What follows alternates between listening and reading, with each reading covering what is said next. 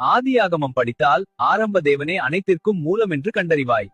யாத்திராகமம் படித்தால் கட்டுப்பாட்டிலிருந்தும் விடுதலை உண்டு என்பதை அறிந்து கொள்வாய். லேவியராகமம் படித்தால் பரிசுத்தம் தேவனுக்கு அருகில் நடத்தும் என்பதை புரிந்து கொள்வாய்.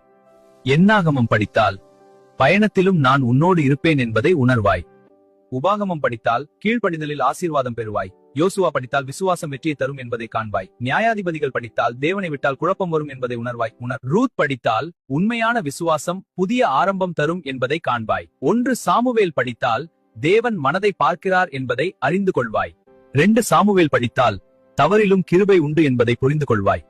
1 இராஜாக்கள் படித்தால் கீழ்ப்படிதல் ராஜ்யத்தை நிலைநிறுத்தும் என்பதை அறிந்து கொள்வாய். 2 இராஜாக்கள் படித்தால் தேவனை மறந்தால் வீழ்ச்சி வரும் என்பதை உணர்வாய்.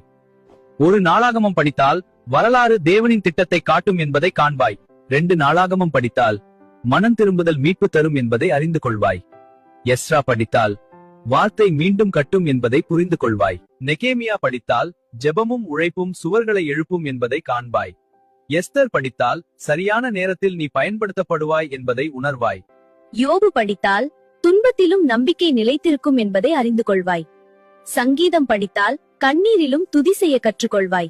நீதிமொழிகள் படித்தால் ஞானமான வாழ்க்கை வாழ பழகுவாய். பிரசங்கி படித்தால் உலகம் தற்காலிகம் என்பதை உணர்வாய். உன்னத பாட்டு படித்தால் உண்மையான அன்பின் அழகை காண்பாய். ஏசாயா படித்தால் மீட்பின் வாக்குத்தத்தத்தை அறிந்து கொள்வாய். எரேமியா படித்தால் தேவனின் அழைப்பு துன்பத்திலும் தொடரும் என்பதை உணர்வாய். புலம்பல் படித்தால் துக்கத்திலும் நம்பிக்கை இருக்கிறது என்பதை காண்பாய்.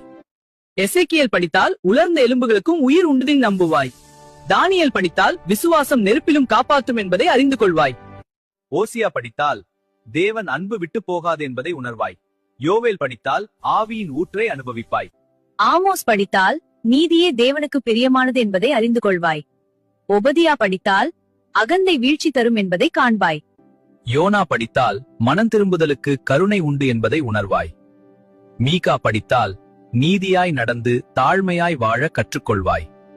நாகூம் படித்தால் அநியாயத்திற்கு தீர்ப்பு உண்டு என்பதை அறிந்து கொள்வாய். ஆபகூக் படித்தால் கேள்விகளிலும் விசுவாசம் நிலைத்திருக்கும் என்பதை காண்பாய். செப்பனியா படித்தால் மனம் திரும்புதல் மீட்பு தரும் என் உணர்வாய்.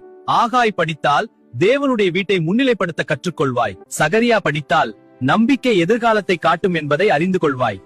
மல்கியா படித்தால் உண்மையான ஆராதனை தேவனுக்கு முக்கியம் என்பதை புரிந்து கொள்வாய்.